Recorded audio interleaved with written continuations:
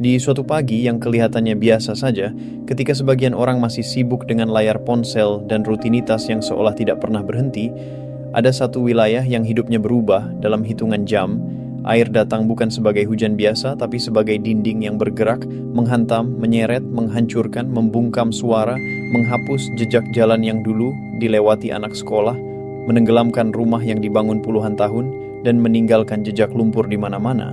Dan di tengah semua itu, muncul satu kalimat yang bikin banyak orang terdiam lalu marah. Ini bukan bencana nasional, dan anehnya, bukan cuma banjir yang mengalir deras, tapi juga amarah publik, kekecewaan, pertanyaan yang menggantung.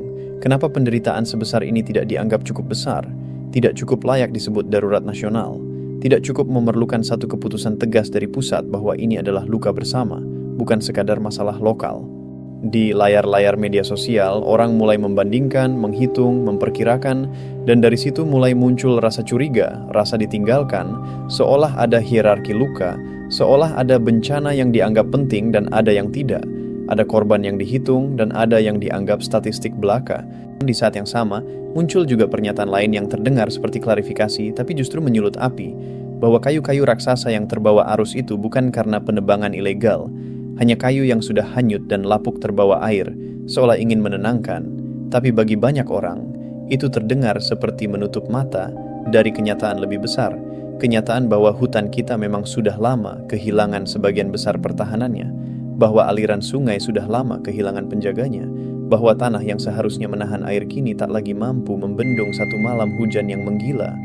Dan kalian tahu, kadang masalahnya bukan hanya pada apa yang dikatakan, tapi pada apa yang tidak dikatakan, pada apa yang dihindari, pada apa yang dibungkus dengan kalimat rapi, tapi tidak menjawab rasa sakit mereka yang kehilangan segalanya. Lalu berita berlanjut, bantuan disebut sudah dikirim, tim sudah dikerahkan, prosedur sudah dijalankan, tapi dari lapangan, dari suara warga yang terekam samar-samar di antara gangguan sinyal, terdengar cerita berbeda, bahwa distribusi lambat, logistik tersendat, sebagian wilayah terisolasi, akses terputus, dan di tengah kelaparan, ketakutan, kelelahan, bahkan ada pula kabar tentang penjarahan, minimarket yang dijarah bukan karena keserakahan murni, tapi karena situasi chaos. Karena ini yang terjadi ketika sistem runtuh lebih cepat dari respons yang datang. Dan di situ lo mulai sadar bahwa bencana itu bukan hanya soal air dan lumpur, tapi soal bagaimana manusia bereaksi ketika perlindungan tidak datang tepat waktu, ketika kepercayaan terhadap sistem perlahan runtuh bersama dinding-dinding yang roboh. Di titik ini, kita harus berhenti sejenak dan jujur pada diri sendiri. Ini bukan hanya soal satu kejadian, ini bukan cerita tunggal, ini potongan dari rangkaian panjang yang lebih besar, yang selama ini mungkin kita sebut sebagai perubahan iklim, krisis iklim, atau ancaman masa depan.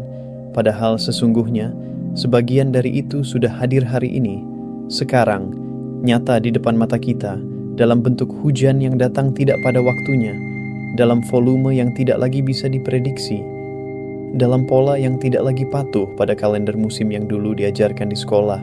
Dan inilah yang banyak ahli selama bertahun-tahun coba sampaikan. Lo bisa sebut ini sebagai peringatan dini, tapi ironisnya, manusia jarang benar-benar mendengar peringatan sampai semuanya terlambat, sampai rumah hanyut, sampai sawah hilang, sampai anak-anak tidak bisa pulang, sampai kehidupan yang dulu tenang berubah jadi reruntuhan. Dan setiap kali itu terjadi, kita cenderung bertanya, siapa yang salah? Alam atau manusia? Padahal jawabannya hampir selalu campuran. Alam memang semakin liar karena iklim yang berubah. Tapi manusia juga sudah terlalu lama bermain-main dengan keseimbangan, mengorbankan hutan demi pembangunan, mengabaikan daerah resapan, membiarkan gunung, bukit, dan sungai kehilangan fungsi alaminya, menukar perlindungan jangka panjang dengan keuntungan jangka pendek. Disitulah peran pemerintah seharusnya berdiri paling depan. Bukan hanya datang setelah bencana dengan rompi, kamera, dan pernyataan, tapi hadir jauh sebelum hujan datang, lewat kebijakan yang tegas, lewat pengawasan yang nyata, lewat perlindungan terhadap lingkungan yang konsisten. Bukan musiman, bukan sekadar slogan.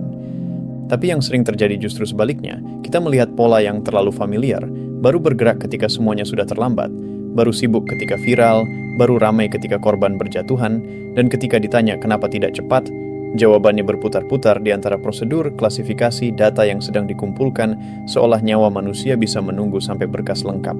Keputusan untuk tidak menetapkan ini sebagai bencana nasional mungkin diambil atas dasar teknis tertentu.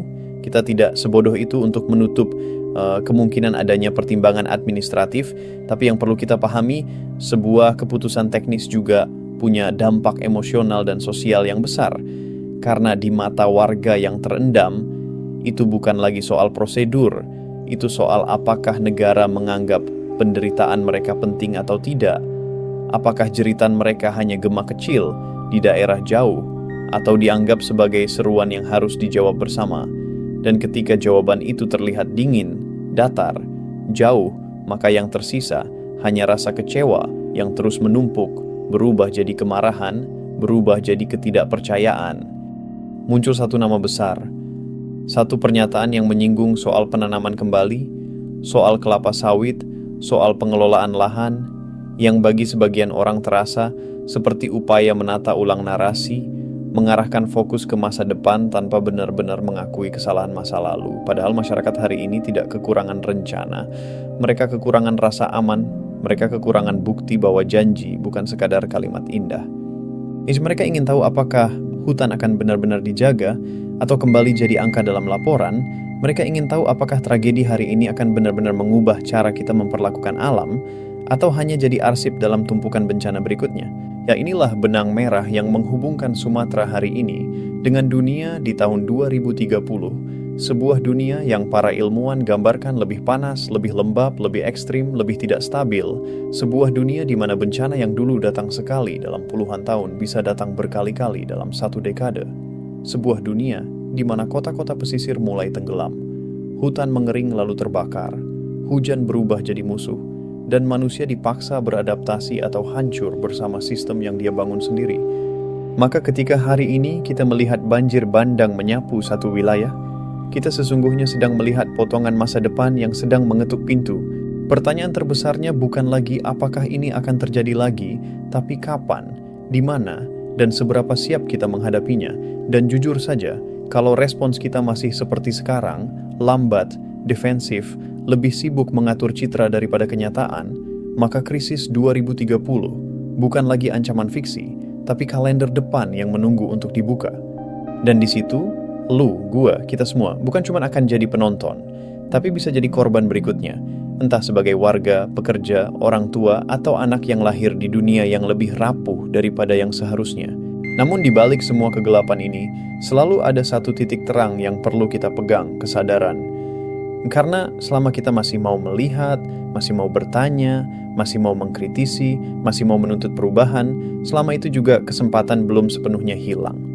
Kritik yang lo, gue, dan banyak orang lontarkan ke pemerintah bukan untuk menjatuhkan, tapi untuk membangunkan.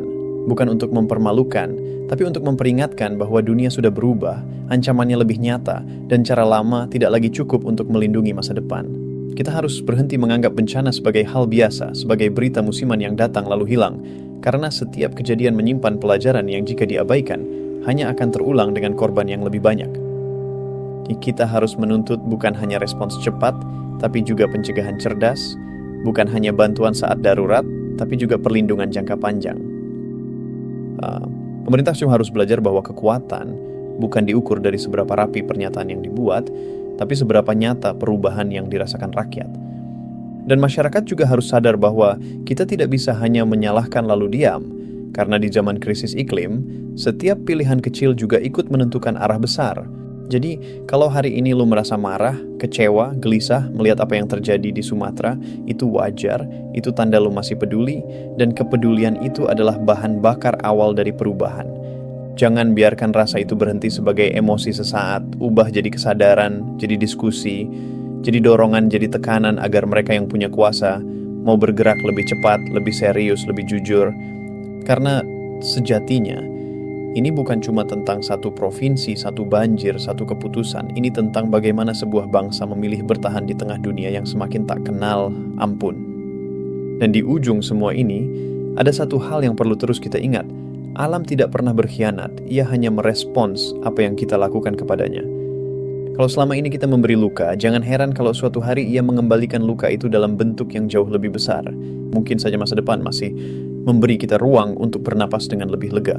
Jaga diri kalian, jaga lingkungan di sekitar, dan jangan berhenti berpikir kritis karena suara kalian, sekecil apapun, tetap berarti.